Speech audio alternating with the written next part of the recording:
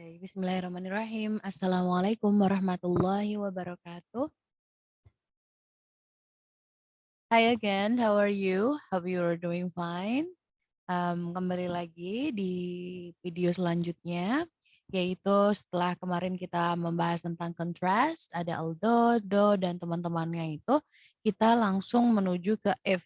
Ya, teman-teman nggak asing dengan if kan? Jadi if itu artinya adalah andai kata atau jika, begitu ya.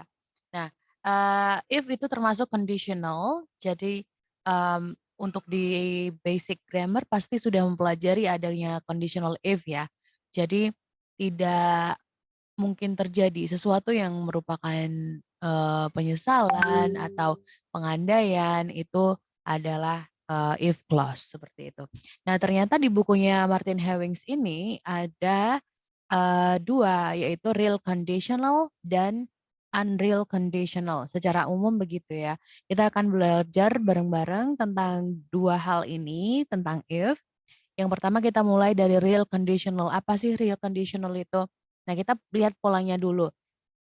Kalau real conditional kita biasa menggunakan present tense. Present tense atau, simple present tense. Bisa juga simple present tense, atau, future begitu ya. In the if clause we talk about the future. Nah, kalau real conditional ini berarti sesuatu yang nyata. Kita cerita tentang, future atau masa depan kita. If you leave now, you'll be able to catch the 5 o'clock train. Kalau kamu pergi sekarang, kamu bisa ngejar kereta jam 5 gitu. Or if you're leaving now, nah pakai continuous. Jadi maknanya adalah real, apa yang terjadi sekarang ini bukan pengandaian, bukan penyesalan, tapi if di sini adalah real conditional, guys. Nah, however in conversation kita bisa pakai be going to daripada present tense. Jadi I'm going to catch the train, I'll have to leave now. If I'm going to catch the train, sorry, harus ada if di depannya karena kita lagi ngomongin if ya. We'll need more chairs if we're going to invite so many people to the performance. Jadi ini tuh yang diungkapkan kenyataan. If bisa dipakai untuk sesuatu yang nyata, nggak pengandaian aja guys gitu. Terus take another sandwich if you're hungry gitu. Jadi maknanya jika. Silakan ambil satu sandwich lagi kalau masih lapar kan gitu. So if you're hungry kalau kamu lapar. Jadi if di sini artinya adalah kalau ya. Terus yang B, we can use if clause with a present tense verb to introduce certain conditions under which something is true. Maksudnya apa? Kita bisa pakai present tense juga untuk memberitahukan kondisi tertentu under which something is true. Di mana sesuatu itu adalah sesuatu yang benar. In this case, if punya makna yang sama dengan when. Misalnya gini, the video pauses if you click on this button. Kayak gitu. Videonya akan nge-pause atau jeda jika kamu mengeklik tombol ini kan gitu. So, ini mengungkapkan kondisi tertentu di mana kondisi ini merupakan suatu kenyataan atau real gitu ya. Kalau begini maka akan begini. Ketika begini maka akan begini. Kayak gitu. If age-related changes are taken into account, the conclusion remains the same.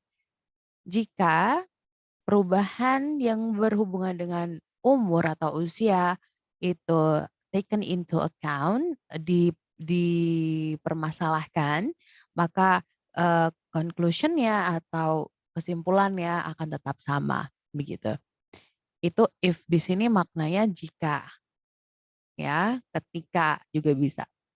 Nah, yang C adalah we can talk about possible future events atau peristiwa di masa depan yang mungkin terjadi with the present perfect verb dengan pola present perfect. Mungkin masih ingat ya present perfect seperti apa? Present perfect itu have plus verb 3. In the if clause and a future form bisa will, present continuous or be going to in the main clause. Kita lihat contohnya langsung ya. I lend you War and Peace if I finish it before you go on holiday. Aku akan meminjamkanmu War and Peace atau mungkin film War and Peace if I finished, kalau saya sudah selesai ya, before you go on holiday, sebelum kamu pergi liburan. If you haven't paid the bill by Friday, we're taking the carpets back. Kalau kamu belum ngelunasi tagihannya hingga hari Jumat, kita ambil karpetnya balik kayak gitu. So ini tuh tentang possible future events ya. Kalau kamu belum, kalau kamu udah, nah itu kan ada kalaunya. Maka di sini sebenarnya masih berhubungan dengan present event ya. Memang real, kenyataan, bukan pengandaian. Nah kita lihat di sini yang D adalah unreal conditional. Unreal conditional itu seperti apa? Nah ini baru pakai past tense ya, past tense. Nah untuk apa? Untuk talk about imaginary future situation. Imaginary berarti hayalan ya. Particularly when it's unlikely that the situation in the if clause will happen. Jadi yang ada if clause-nya dalam klausa if-nya itu bisa saja tidak mungkin terjadi. Kayak gitu, sesuatu yang tidak mungkin. Misalnya gini, if the technology were to become available, we would be able to expand the business. Ya. So ini adalah kalimat pengandaian. If the technology were to become available. However, note that we don't usually use this pattern with verbs such as belong, doubt, enjoy, know, like, remember, and understand when they describe a state. So, pakainya were di situ plus to infinitive. Itu adalah unreal, sebuah kondisi yang tidak nyata. Ya. Jadi enggak if the technology became available enggak. Were to become available, so we would be able to expand the business. So di sini perhatikan pengecualiannya, termasuk di dalam situ adalah knew. Maka contohnya adalah if I knew they were honest, I'd gladly lend them the money. Not if I were to know, bukan to know di situ, tapi bentuknya langsung if I knew they were honest, gitu. So dalam hal ini, if the technology were to become available, itu adalah andai aja. Andai aja di apa namanya di situasi tertentu di masa depan itu teknologinya bisa ada gitu kan, kita pasti bisa untuk mengexpand atau meluaskan bisnis kita. Nah, would it be too early for you if we were to meet at 5:30? Nah, ini juga pattern atau pola ini juga bisa dipakai untuk make a suggestion atau saran menjadi lebih sopan. If we were to meet at bla bla bla gitu. Ya, ini mungkin sesuatu yang baru buat teman-teman juga buat saya karena ini bentuk atau model yang jarang dipakai. So, tapi ini exist atau ini ada. So, it's good if we know that this kind of sentence exists.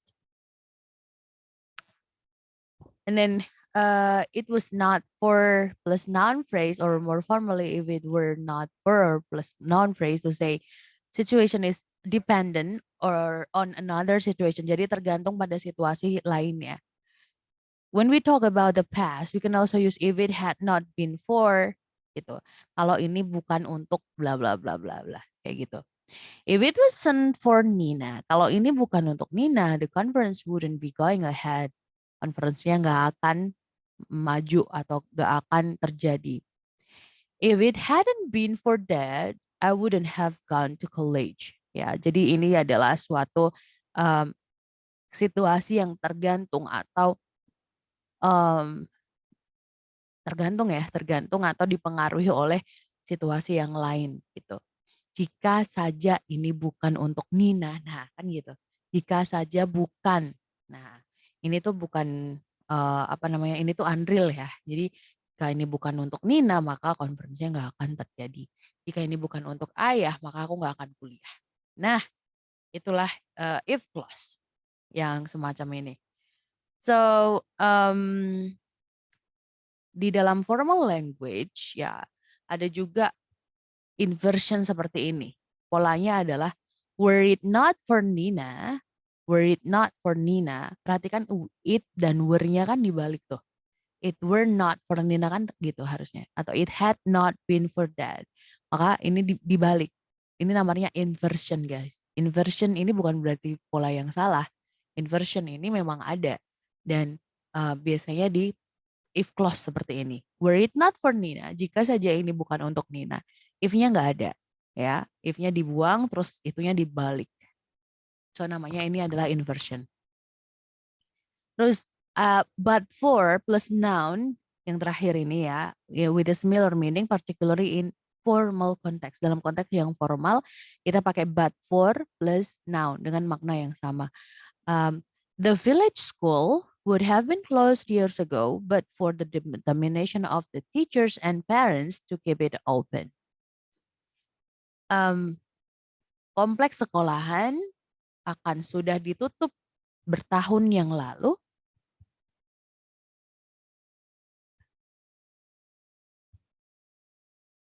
Namun demi determination atau determinasi demi istilahnya determinasi dari para guru dan orang tua to keep it open untuk tetap membuatnya atau tetap mempertahankannya terbuka. Begitu ya. Jadi polanya adalah but for plus noun. Klausa yang pertama adalah the village school would have been closed years ago, akan udah ditutup bertahun-tahun yang lalu. Namun untuk determination atau istilahnya apa ya, sebagai bentuk tanggung jawab, sebagai bentuk istilahnya tuh tanggung jawab, kemudian loyal atau kesetiaan. Nah, dari para guru, orang tua untuk tetap membuatnya terbuka. Kayak gitu. If it hadn't been for determination. Nah, sebenarnya kan jika tidak demi determination of teachers and paid parents to keep it open. Gitu. Jadi lebih ke but for demi. Kalau tidak demi gitu loh. Kalau tidak demi determination of teachers dan parents to keep it open. So itu tadi penjelasan kita tentang masih tentang if clause ya tentunya, yaitu yang ada yang real conditional, memang ini kenyataan. Yang kedua adalah unreal conditional, ketika sesuatu itu dibayangkan ya, sebuah bayangan atau pengandaian, dan juga kalimat yang dependent atau tergantung pada situasi atau seseorang tertentu yang membuat dia jadi terpengaruh banget gitu ya. If it's not for Nina misalnya. Nah itu kan ada if-nya. Okay. Nah ada if bagian 2. Apa yang ada di if bagian 2 di sini adalah when the first verb in the conditional if clause is should, were, atau had, we can leave out if. Kita bisa hilangkan if-nya. Seperti tadi. Inversion, ya kan guys. Nah ini nanti akan dipelajari di unit terakhir, namun ini disinggung dikit tentang inversion. So we do this particularly in formal or literary English. Sering dipakai di puisi atau di sastra ya, literary kan puisi. Di puisi, sastra gitu ya. Atau di bagian bahasa Inggris yang formal banget ya, seperti surat legal atau apa.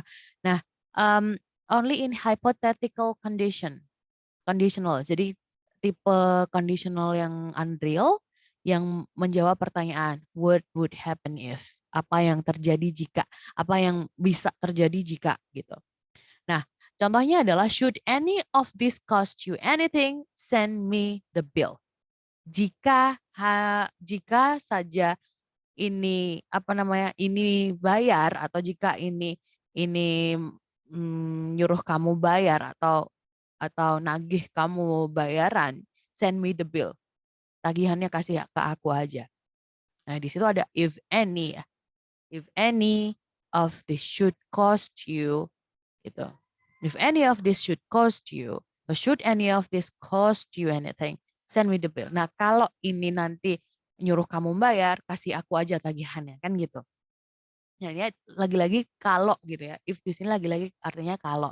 Terus it would be embarrassing were she to find out the truth. Ya, akan jadi memalukan banget kalau dia mengetahui kebenarannya gitu. Ya, were she itu dibalik menjadi were she to find out the truth. Okay. And then yang B adalah we don't usually use if titik-titik will in conditional clauses. However, sorry guys. However, we can use if titik-titik will, ya. Yang pertama when we talk about the result of something in the main clause. Jadi kalau kita mau ngomongin tentang hasil akibat dari sesuatu di klausa yang utama, jadi compare antara ini. Open a window if it will help you to sleep. Ya.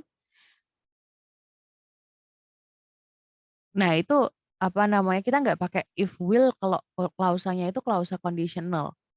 Jika ini maka ini gitu enggak. Tapi kita pakainya yang pertama kalau kita mau ngomongin tentang akibat atau efek dari sesuatu yang ada di main clause atau yang ada di klausa utama. Misalnya open a window, ya.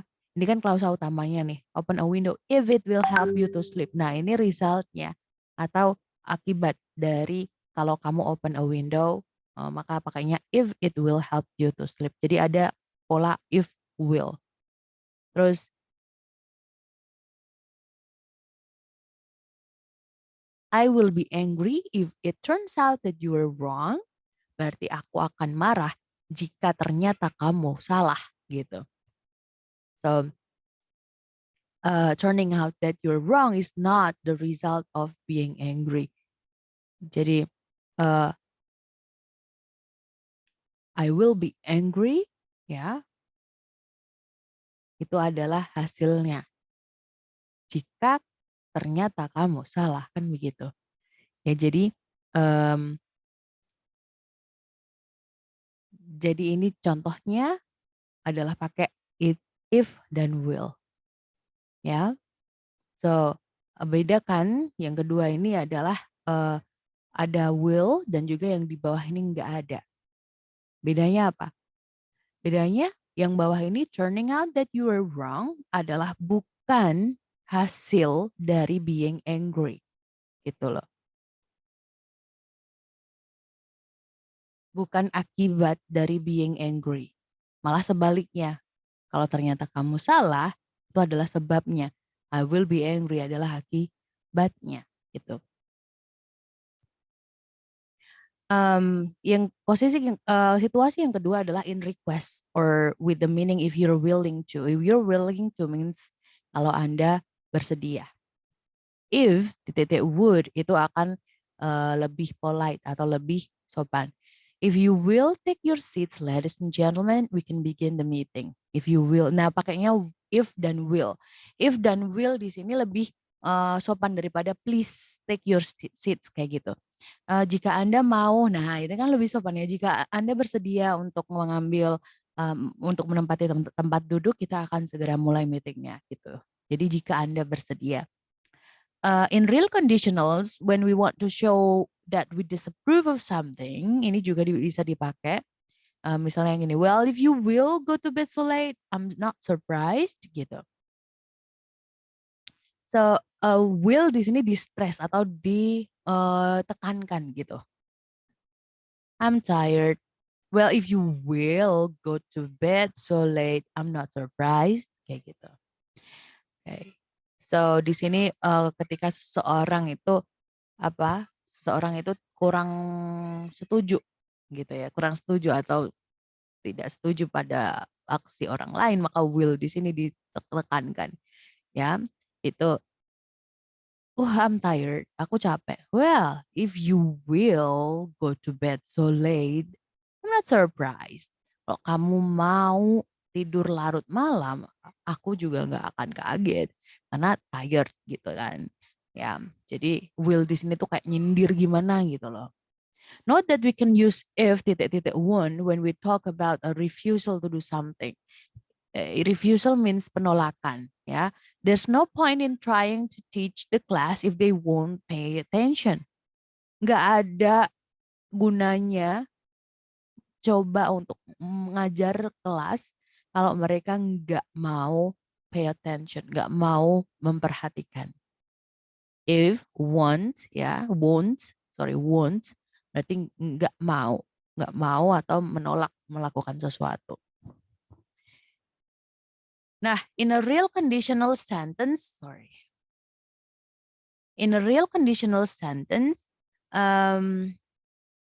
ada pakai if titik-titik happen to dan if titik-titik should.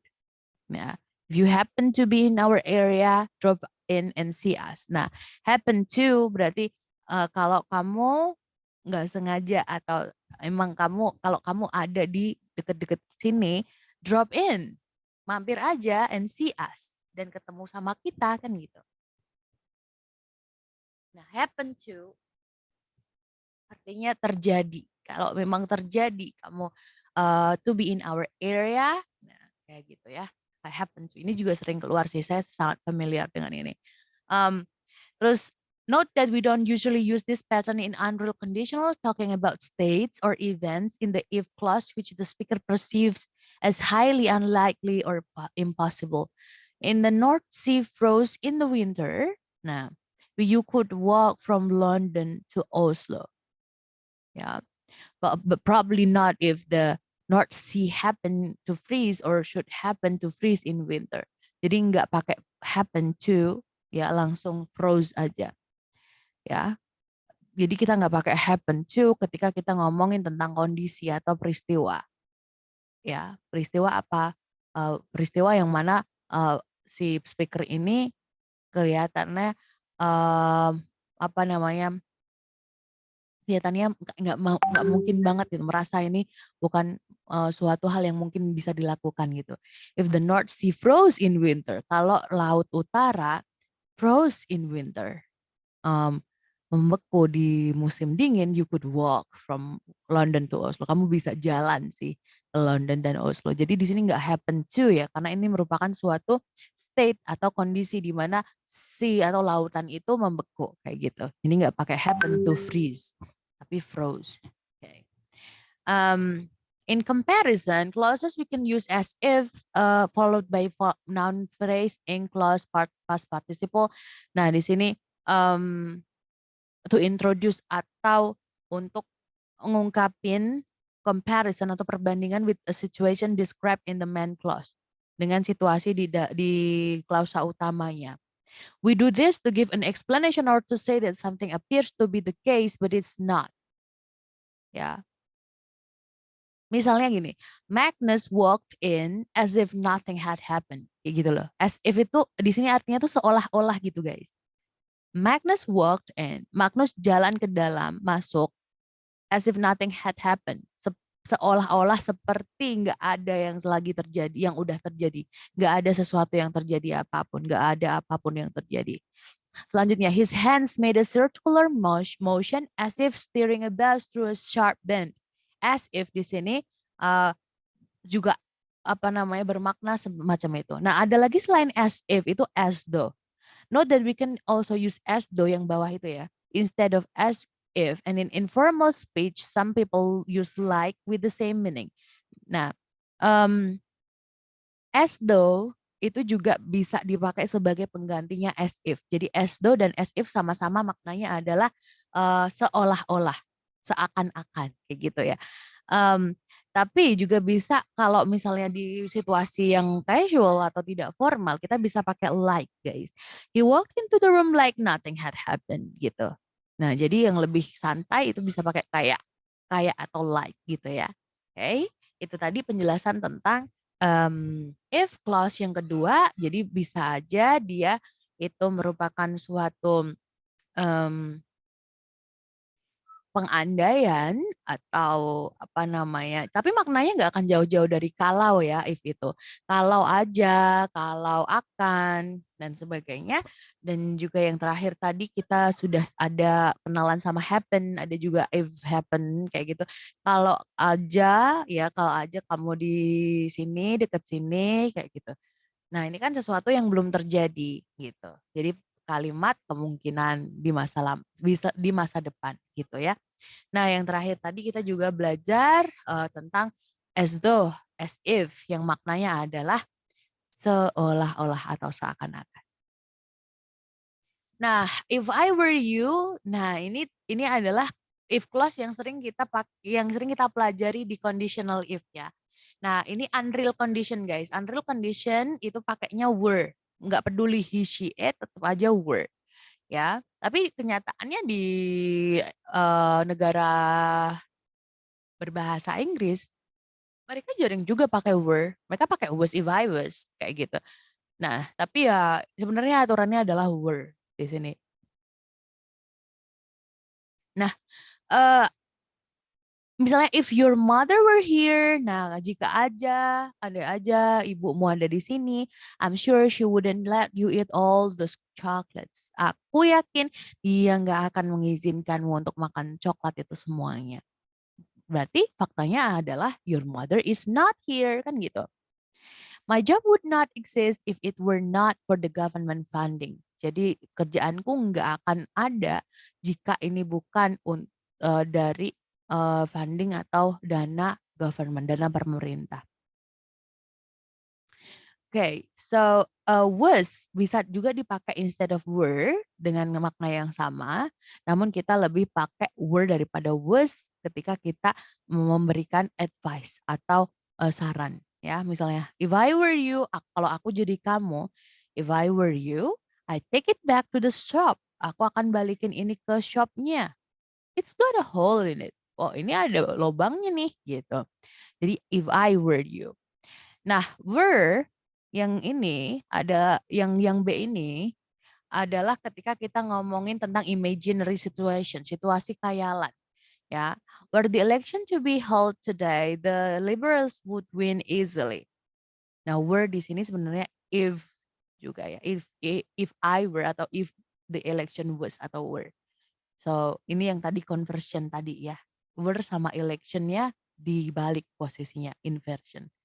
Terus after wish juga ada were ya. I wish it were closer to home. Aku berharap atau aku berandai-andai.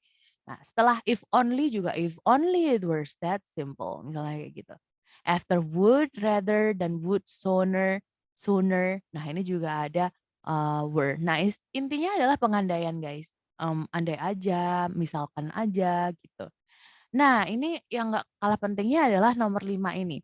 In sentences or clauses beginning with suppose. Nah, suppose, supposing, imagine itu maknanya seharusnya. Suppose I were to lower the price by 100 pounds. Would you consider buying the car then? Gitu. Suppose itu maknanya adalah andai aja atau misal aja gitu. Ya, sering banget suppose ini keluar. And in comparison dan yang terakhir adalah dalam perbandingan we can use were. Kita juga bisa pakai were. I remember stepping off the boat in New York as if it were yesterday. Aku masih ingat stepping off the boat di New York. Jadi aku masih ingat melangkahkan kakiku keluar dari kapal di New York as if it were yesterday. Seolah-olah itu kemarin aja, baru kemarin gitu. It were yesterday. Ya, itu adalah satu comparison tentang as if yang melibatkan were ya, yaitu pada as if, as though dan even if. Kedudukannya setelah as if, as though dan even if. Oke, itu tadi tentang if ya. So if I were you, imagine he were to win. Nah, he were ini kan seharusnya he was ya kalau normal. Nah, karena ini merupakan suatu imaginary atau pengandaian, maka pakainya were. Oke. Oke, so ini tadi tentang were, juga unreal condition guys. You can do exercise by yourself, bukunya ada kan di kalian. Nah, selanjutnya adalah if, not, dan unless. Apa itu unless? Juga if dan whether. Ini penting semua ya guys. Untuk bekal kalian Di tahap selanjutnya pembelajaran tentang writing ini penting banget sih, karena jadi, apa namanya, penghubung kalimat. Nah, yang pertama tentang if, titik-titik, not, dan unless. Unless itu maksudnya adalah kecuali jika, except if, gitu. Misalnya gini, "You can't travel on this train unless you have a reservation." Kamu nggak bisa, Anda tidak bisa atau tidak diizinkan untuk traveling dalam kereta ini kecuali jika Anda sudah reservasi. With unless we use present tense when we talk about future. Misalnya unless it rains, kecuali jika hujan, I'll pick you up at 6 ya. Aku akan jemput kamu jam 6 gitu. Itu tentang unless ya. Unless jadi kecuali jika, unless kecuali jika. Terus if not, kita juga kadang bisa pakai if not, itu pakai dengan makna yang sama dengan unless ya. Misalnya gini, unless the theater is able to raise 100,000, it will have to close gitu. Terus penggunaan lainnya adalah if the theater is not able. Nah, kalau enggak gitu kan. Kalau enggak sama dengan unless, kecuali jika.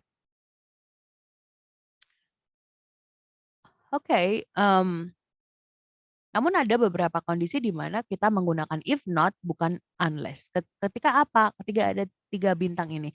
Yang pertama when we say in the main clause that an event or action in the if clause is unexpected. Kalau ada peristiwa yang tidak terduga-duga, maka I'll be amazed if Christy doesn't win. Aku tidak diharapkan ding, sorry. Bukannya tidak terduga tapi tidak diharapkan. I'll be amazed if Christy doesn't win. Kalau Christy enggak menang gitu. Eh jadi ini nggak bisa diganti unless, intinya kayak gitu guys. Terus usually in question juga nggak bisa diganti unless. If you don't pass the test, what will you do? Kalau kamu nggak lulus tes, apa yang akan kamu lakukan? Terus yang ketiga adalah when the only if implication doesn't apply. Jadi kalau ada implikasi only if itu hanya jika, itu nggak bisa nggak bisa apa ya, nggak bisa cocok di situ gitu. Misalnya gini, if it wasn't the best performance of Hamlet I've seen, it was certainly the strangest. Kalau ini bukan the best, maka ini pasti yang paling strangest, yang paling aneh kayak gitu. Ya, so ini tidak bisa digantikan dengan unless. Okay, so itu tadi tentang if dan unless, guys. And then tentang if dan whether ini tentunya kita udah sering banget lihat ya. Kalau if dan whether itu berarti ada 2 possibility atau 2 kemungkinan ya. Jadi kalau ada orang yang kurang yakin pada sesuatu pilihan, misalnya they couldn't decide if it was worth resitting the exam. Mereka nggak bisa memutuskan, mereka nggak bisa jawab apakah, nah if atau whether di sini apakah it was apakah worth enggak untuk ujian lagi kayak gitu. Do you know if Ben's at home? Apakah kamu tahu tahukah kamu apakah Ben itu di rumah apa enggak kan gitu. Apakah ya. Jadi if dan whether di sini artinya adalah apakah yang ada di tengah kalimat. Ya. Terus tapi kita kadang-kadang pakai whether aja dalam keadaan seperti ini daripada if kita harus pakai whether. Yang pertama kondisinya adalah ketika setelah sebuah preposition atau sebuah preposition tahu ya, about, of kayak gitu. Jadi nggak of if tapi of whether atau about whether ya. I can decide whether. Nah, so itu biasanya setelah preposition dan sebelum to infinitive. Whether to buy bukan if to buy gitu ya. Ini dia lebih nyaman pakai whether. Nah, next in the pattern noun or adjective plus as to whether to mean about or concerning untuk bermakna about atau concerning tentang gitu ya. There was some disagreement. Ada beberapa ketidaksetujuan as to whether he was eligible to play for France gitu. Jadi kalau ada patternnya noun atau adjective, di sini kan disagreement ada noun ya. Kemudian ada as to, Kemudian harusnya ada whether, bukan if. Oke. Nah, ini ada dua lagi yang lebih cocok pakai whether daripada if. Yang ketiga tadi adalah after the verbs advice. Nah, setelah kata kerja ini yang disebutkan di situ, itu lebih pakai whether daripada if. Nah, yang terakhir adalah in a clause set, a clause acting and as a subject of complement. Jadi daripada pakai if, itu lebih ke kayak subject complement gitu ya. Dia pakainya whether. Ya, jadi klausa whether the minister will quit over the issue remains to be seen. Whether apakah menteri akan mengabaikan isu itu remains to be seen. Tetap akan dipantau kayak gitu. Nah, di sini nggak pakai if guys, mereka lebih suka pakai whether gitu ya.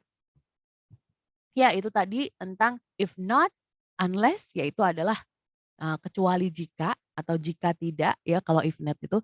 Terus if dan whether itu adalah apakah gitu guys. Nah, ini juga penting di unit 87 ini tentang connecting ideas in sentence dan between sentence. Kita bisa pelajari di sini ada beberapa kata apa namanya? Kata conjunction guys. Conjunction atau connectors. Nah, ini ABC, ini satu bahasan, jadi kita langsung aja di sini connecting ideas in a sentence and between sentence. Ada yang namanya connectors dan conjunctions, guys. Yang pertama bedanya connectors dan conjunction dulu, guys. Nah, yang A ini some words and phrases, ada kata-kata maupun frase yang digunakan untuk connect one sentence with a previous sentence or sentences. Yang menghubungkan atau mengkoneksikan satu kalimat dengan kalimat sebelumnya itu adalah connectors. Often, but not always, sering tapi nggak selalu, connectors ini itu posisinya at the beginning atau di depan sebuah kalimat. Misalnya gini, there was no heating in the building. As a result, the workers had to be sent home. As a result, di sini adalah sentence connectors. Nah, other words and phrases. Nah, kalau kata-kata atau frase yang lain, yaitu yang dinamakan conjunction, itu digunakan untuk mengkoneksikan atau menghubungkan klausa within a single sentence, dalam satu kalimat. Tahu bedanya ya? Kalau connectors dia menghubungkan kalimat satu dengan kalimat yang lain, namun kalau conjunction dia digunakan untuk menghubungkan klausa dalam satu kalimat. Klausa dalam satu kalimat. Menghubungkan kalimat adalah connectors. Menghubungkan klausa adalah conjunction. While I was waiting, I read a magazine. I read a magazine. Ini karena lampau jadi bacanya di read. Terus I stood up so that I could see better. Nah, ini adalah contoh dari conjunction, guys. Conjunction sekali lagi dia menghubungkan klausa masih dalam satu kalimat. Tapi kalau menghubungkan kalimat satu dengan kalimat yang lain dalam suatu paragraf, maka namanya jadi connectors atau sentence connectors gitu, guys. Perhatikan di sini di tabel ada type of connection, ada maknanya dari type of connection adalah jenis atau tipe-tipe koneksinya, bisa mengcompare, mengkontraskan, ada juga reason and result, ini adalah sebab akibat. Kemudian adding information adalah menambahkan informasi, condition adalah kondisi, time adalah waktu terjadinya, ya.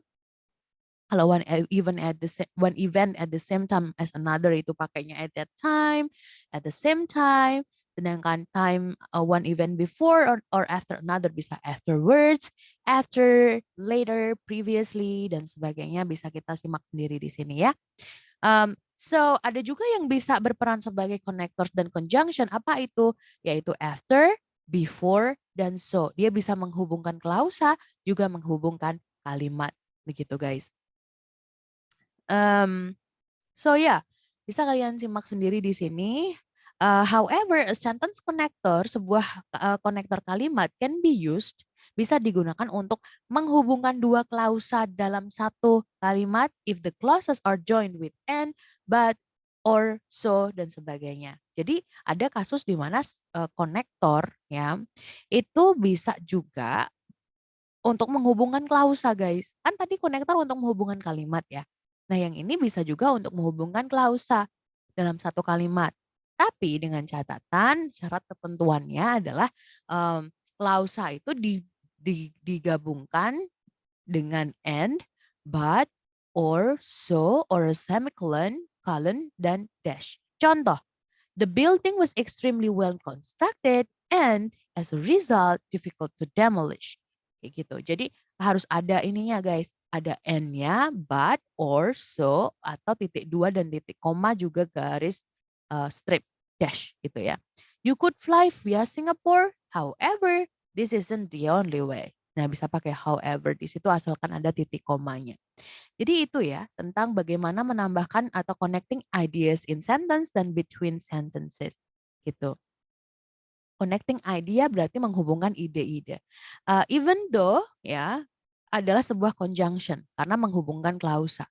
Used to say that a fact doesn't make the rest of the sentence untrue. Oke, tadi kita udah belajar tentang even though ya. So it connects idea within a sentence. Dia idea atau gagasan dalam satu kalimat digabungkan menjadi even though it was midday I put on the light. Meskipun ini tengah hari aku nyalain lampunya. Even so juga adalah connectors to introduce the fact that is surprising in the context of what was just said. It was midday, even so meski begitu I put on the light. Kayak gitu. Sedangkan however itu biasa sering dipakai untuk konektor yang C itu ya. But it can be also used as an adverb, bisa juga sebagai adverb ya. However necessary who you think it is dan juga sebagai conjunction. Artinya adalah dalam cara apapun kayak gitu. Contohnya sebagai adverb ketika dia diikuti oleh adjective, adverb, dan much atau many. Misalnya gini, we just don't have the money to do the work. Kita nggak punya uang untuk ngerjain pekerjaan ini. However necessary you think it is. Seberapapun. Nah, kalau seberapapun kan di sini pakainya however juga guys. Jadi however di sini bukan akan tetapi tapi sebagaimanapun. Yang bawah itu juga in whatever way dalam cara apapun.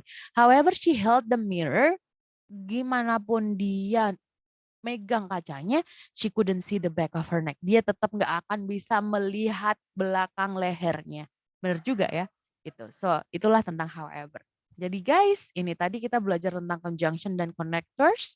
So pastikan kalian tahu bedanya apa dan kalian juga simak tipe-tipe koneksinya apa, juga jenis konektor dan conjunctionnya apa, supaya nanti insya Allah bermanfaat ketika ada writing di perkuliahan selanjutnya. Terima kasih. Next kita akan bahas tentang preposition. So tunggu aja videonya. Kali ini cukup sekian. Have a good day. Wassalamualaikum warahmatullahi wabarakatuh.